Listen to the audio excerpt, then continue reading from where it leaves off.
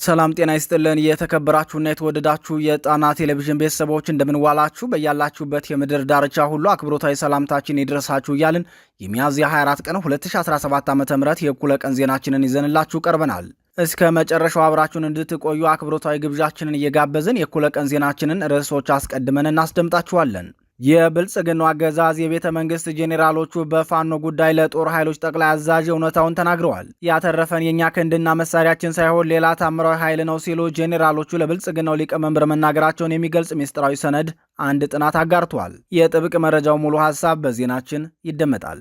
ኦህዴድ ከኦሮሚያ ያፈናቀላቸውን ብአዴን ደግሞ ከተፈናቃይ ካምፕ አፍኖ ወደ ውትድርና ማሰልጠኛ ወስዷቸዋል ይላል ከወሎ ቤት አማራ የደረሰን መረጃ። ተፈናቃዮቹን ሳይቀር ለውትድርና የመለመለው የብልጽግናው አገዛዝ አስገድዶ ወደ ውትድርና ማሰልጠኛ ያስገባቸውን ታዳጊዎች አስመልክቶ ዓለም አቀፍ ተቃውሞ ገጥሞታል። በዚህ ጉዳይ ዝርዝር ዘገባ አሰናድተናል፣ ተሰሙታላችሁ። ውሸትና ቅጥፈትን መገለጫው ያደረገው የብልጽግናው አገዛዝ ባልዋለበት የጀግኖች ሜዳ ጀብድ እንደሰራ በሚዲያ እያሰራጨ ነው። ለጣና ቴሌቪዥን የትናንት ምሽት ዜና ምላሽ በሚመስል መልኩ ዛሬ በገጹ የሐሰት ዘገባ አሰራጭቷል። የብልጽግናውን ሰራዊት ያጋለጠው መረጃ ምንድነው የሚለውን ዜናችን በዝርዝር ያስደምጣችኋል። ንጹሐንን መጨፍጨፍ፣ ሀብት ንብረትን ማውደምና ተተኪውን ትውልድ ተስፋም ሀብትም አልባ ማድረግ የብልጽግናው አገዛዝ በአማራ ሕዝብ ላይ ለሚያራምደው የጥፋት እቅዱ ማስፈጸሚያዎቹ ናቸው። በዚህ እኩይ እቅዱ የተነሳ ሰሞኑን በሸዋ ጠቅላይ ግዛት ሬማ ከተማ ላይ አንዲት አዛውንት የሆቴል ባለቤት ባለትዳርን ረሽኗል። በዚህ ጉዳይ የተሰናዳ ዝርዝር መረጃ አለን። ሰዓቱን ጠብቆ ይቀርብላችኋል። የተወደዳችሁና የተከበራችሁ የጣና ቴሌቪዥን አድማጭ ተመልካቾች እነዚህንና ሌሎች የግንባርና የትንታኔ መረጃዎችን አሰናድተንላችኋል። በድጋሚ እስከ መጨረሻው አብራችሁን ቆዩ እያልን በቀጥታ ወደ ዝርዝር ዘገባዎቹ እናመራለን።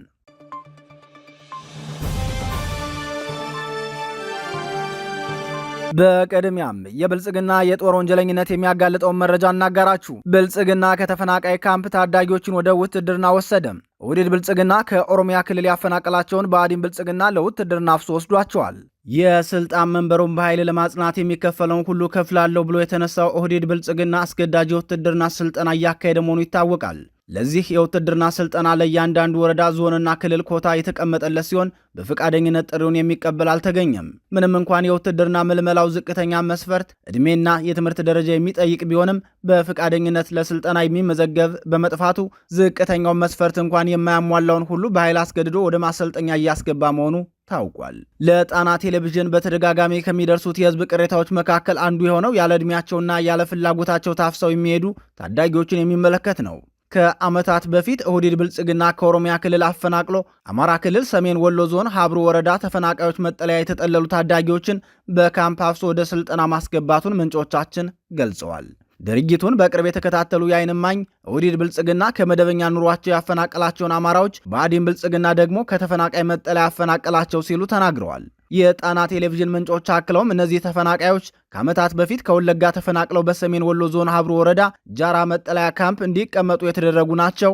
በመጠለያ ካምፕ ቆይታቸው ምንም አይነት ድጋፍ ያልተደረገላቸው ቢሆንም ለሞት ድግስ ሲሆን ግን ፈልገው አገኟቸው ሲሉ የብልጽግናውን አገዛዝ የጭካኔ ጥግ ገልጸዋል።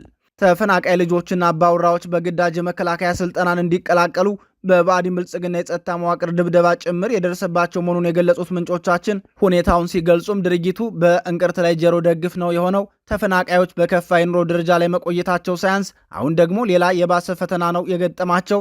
ትናንት ከ15 ዓመት በታች የሆኑ ታዳጊዎችን ጨምሮ በርካታ ሰዎች በግዳጅ ታፍነው ወደ ወልዲያ ስቴዲየም የገቡ ሲሆን በግዳጅ አንጫንም ብለው ከስፍራው ለማምለጥ የሞከሩ ግለሰቦችን የብአዴን ሚልሻ በጭካኔ ተኩሶ መጥቷቸዋል። በተኩሱም 5 ሰዎች ጉዳት ደርሶባቸዋል ብለዋል። በሰሜን ወሎ ዞን የሚካሄደውን የወታደር ምልመላ በበላይነት የሚመሩት የዞኑ ዋና አስተዳዳሪ አቶ አራጌ ይመርና የዞኑ ፖሊስ መምሪያ ዋና አዛዥ ኮማንደር ነጋ ድንበሩ መሆናቸውን ምንጮቻችን አክለው ገልጸዋል። ይህ በእንዲህ እንዳለ በግዳጅ ወደ ውትድርና ማሰልጠኛ ታፍነው የሚገቡት ታዳጊዎች ዕድሜያቸው ከ18 ዓመት በታች መሆናቸውን ጣና ቴሌቪዥን በተደጋጋሚ መዘገቡ ይታወሳል። የሰልጣኞቹ ዕድሜ ከዝቅተኛው መመዘኛ መስፈርት በታች መሆኑን ዓለም አቀፍ የሰብአዊ መብት ተቆርቋሪ ተቋማት አረጋግጠዋል። ይህ ደግሞ ሕፃናትን ለውትድርና መመልመል የሚከለክለውን የጄኔቫ ኮንቬንሽንና ኦህዴድ ብልጽግና እስከ ሞት ድረስ እታመንለታለሁ የሚለውን የኢትዮጵያን ሕገ መንግሥት ጭምር የጣሰ ነው ተብሏል። ሕገ መንግሥታዊ ስርዓቱን ለማስከበር ሕገ መንግሥቱን የተቀበለ እጩ ሰራዊት ምልመላ የሚል ማስታወቂያ አውጥቶ ሰራዊት ለመመልመል የተነሳው ብልጽግና ሰራዊት እየመለመለ ያለው ግን የራሱን ሕገ መንግሥት ጥሶ ነው ሲሉ እነዚሁ ተቋማት አጋልጠዋል። አስገዳጅ ወታደራዊ ምልመላው ከትግራይ ክልል በስተቀር በሁሉም የአገሪቱ ክፍል እየተካሄደ ሲሆን ልጆቻቸው ታፍነው የተወሰዱባቸው ወላጆች መሪር ሐዘናቸውን በአደባባይ በማልቀስ መግለጻቸውን መዘገባችን ይታወሳል።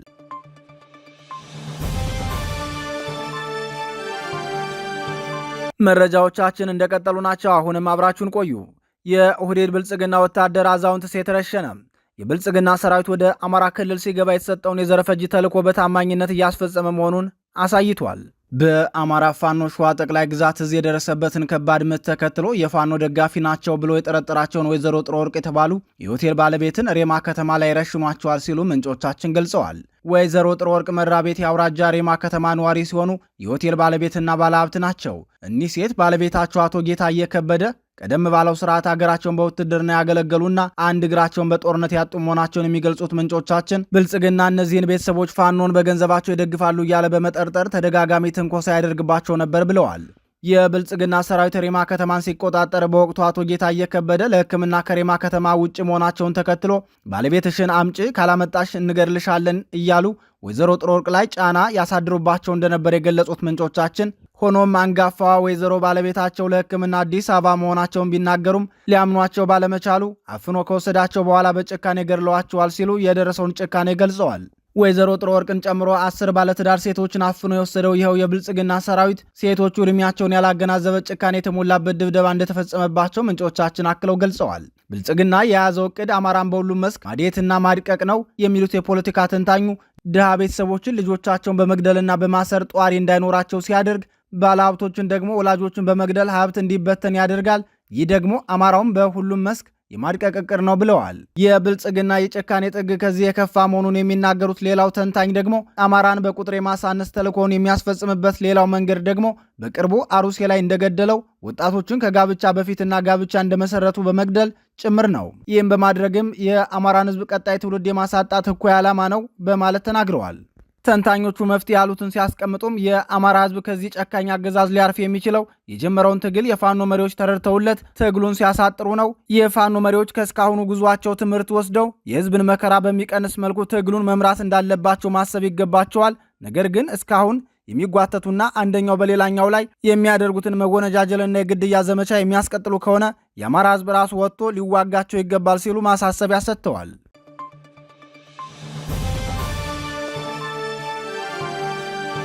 ወደ ተከታዩ መረጃችን ስናልፍ ደግሞ የብልጽግና ጄኔራሎች ሚስጥራዊ ሰነድ እናገኛለን። እስካሁን የቆየነው በእኛ ጥንካሬ ሳይሆን በፋኖ አለመግባባት ነው። ብልጽግና አማራ ክልል ውስጥ የቆየነው በሰራዊታችን ጥንካሬ ሳይሆን በፋኖ አለመግባባት ነው ሲል የብልጽግና ወታደራዊ አዛዦች የግምገማ ሰነድ ገለጸም። የወታደራዊ ግምገማ ሰነዱን መሰረት በማድረግ የፋኖን ትግል ያለፈም የአሁንና ቀጣይ ጉዞን የሚያትተው ልዩ የጥናታዊ ሰነድ ለጣና ቴሌቪዥን ደርሶታል። የወታደራዊ ግምገማ ሰነዱን መሰረት በማድረግ የፋኖን ትግል ያለፈ የአሁንና ቀጣይ ጉዞን የሚያትተው ልዩ የጥናታዊ ሰነድ ለጣና ቴሌቪዥን ደርሶታል። ለጣና ቴሌቪዥን የደረሰው ይህ ሰፊ የጥናት ሰነድ የብልጽግና ወታደራዊ አዛዦች በተደጋጋሚ ስብሰባቸውና ለጦር ኃይሎች ዋና አዛዥ ያቀረቡት ሚስጥራዊ ሪፖርትም የተካተተበት ነው። በዚህ ሰነድ ላይ ከሰፈሩ ሚስጥራዊ የስብሰባ ሪፖርቶች መካከል የቤተ መንግስቱ ጄኔራሎች ለዋና አዛዣቸው የብልጽግናው ሊቀመንበር ሪፖርት ሲያደርጉ የተናገሩት ይገኝበታል።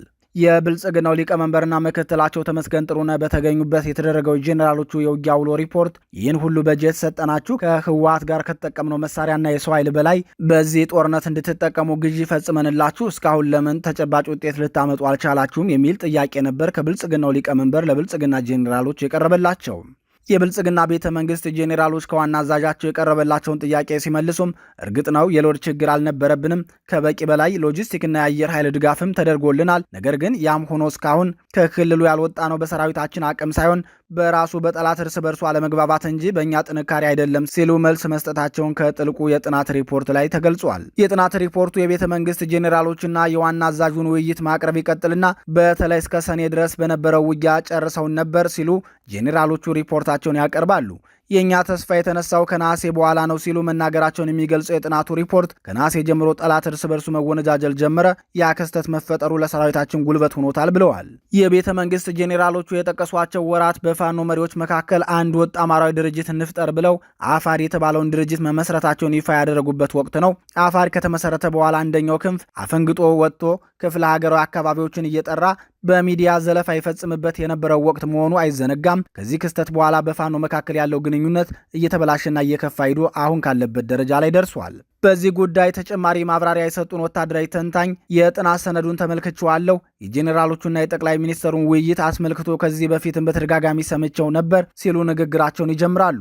ተንታኙ ሀሳባቸውን መስጠት ሲቀጥሉም ብልጽግና የስልጣን ፖለቲካ ወይም ፓወር ፖለቲክስ ላይ የተካነ ስለሆነ የፋኖን ድክመት በቀላሉ ነበር ያገኘው። ምክንያቱም እንደ አድባር ስጦ ሁሉም የሚዘግነው የፋኖ የማህበራዊ ሚዲያ አጠቃቀም ድክመትና የሚዲያዎች ኃላፊነት የማይሰማቸው መሆን ብልጽግና የፋኖ መረጃ ለማግኘት አልተቸገረም። ግምገማ ሪፖርቱም ትክክል ነው ብለዋል። የፋኖ መሪዎች በራሳቸው ጊዜ እድሎችን እያባከኑና የደከመውን ብልጽግና ራሱን እንዲያድስ እድል እንደሰጡት የሚናገሩት ወታደራዊ ተንታኙ በዚህ አካሄዳቸው የአማራን ሕዝብ የከፋ መከራ ነው የሚያስከፍሉት። አሁንም ቆም ብለው ሊያስቡና አካሄዳቸውን ሊገመግሙ ይገባል እንጂ በተለይ በአንድ ቀጠና አንድ የፋኖ አደረጃጀት የሚባል ጸረ ሕዝብና ጸረ ትግል የህወሓት አካሄድ የአማራን ሕዝብ የከፋ ስቃይ ውስጥ ይከተዋል። ይህ አቋም በራሱ እጅግ ኋላ ቀርና ትግልን ወደ ኋላ የሚጎትት መሆኑን ከቻይና ከሶሪያና ከቪየትናም ተዋጊዎች መማር ይቻላል። እነዚህ ወንድሞች ከዚህ አጥፊ አካሄዳቸው ቶሎ ተምረው ይቅርታ ጠይቀው ሀሳባቸውን ካላስተካከሉ ታጋዩና ህዝቡ ራሱ ሊዋጋቸው ይገባል። ምክንያቱም ይህ ሀሳባቸው የአማራን ህዝብ በሁለት ቢላዋ እንዲታረድ የሚያደርግ ስሁት መንገድ ነው ብለዋል።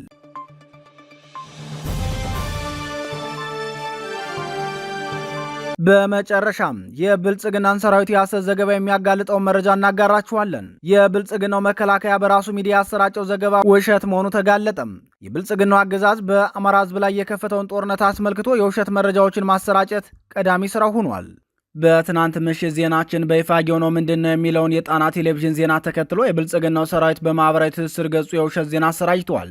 ሰራዊቱ በማህበራዊ ትስስር ገጹ ይፋ ቀጠና ውሻ ጥርስ አካባቢ የተፈጠረውን ክስተት አስመልክቶ ባሰራጨው መረጃ አርበኛ በየነ ምረትን ጨምሮ የፋኖ ከፍተኛ አመራሮችና አባላት እርምጃ እንደተወሰደባቸው የሚገልጽ ቢሆንም እውነታው ግን ሌላ እንደሆነ ለጣና ቴሌቪዥን የደረሰው መረጃ ያመላክታል።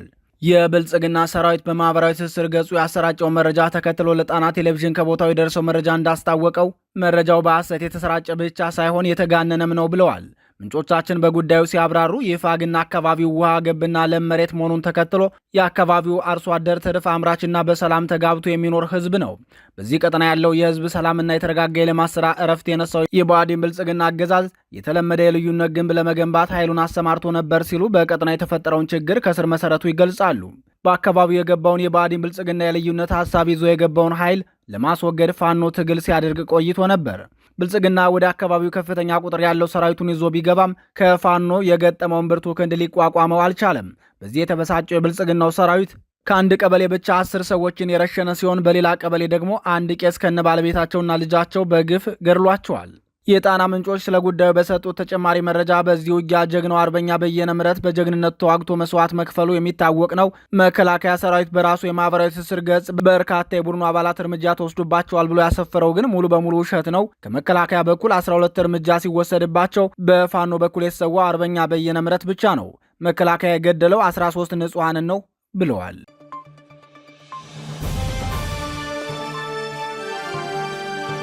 የተወደዳችሁና የተከበራችሁ የጣና ቴሌቪዥን ቤተሰቦች ለሰዓቱ የሰናዳው የእኩለ ቀን መረጃችን የተከታተላችሁትን ይመስል ነበር። አብራችሁን ስለቆያችሁ ልባዊ ምስጋናችን ይድረሳችሁ እያልን በዚሁ እንሰናበታለን። በምሽቱ ዜናችን እስከምንገናኝ በያላችሁበት ሰላም ይብዛላችሁ። ጣና ቴሌቪዥን ከሀቅ ጋር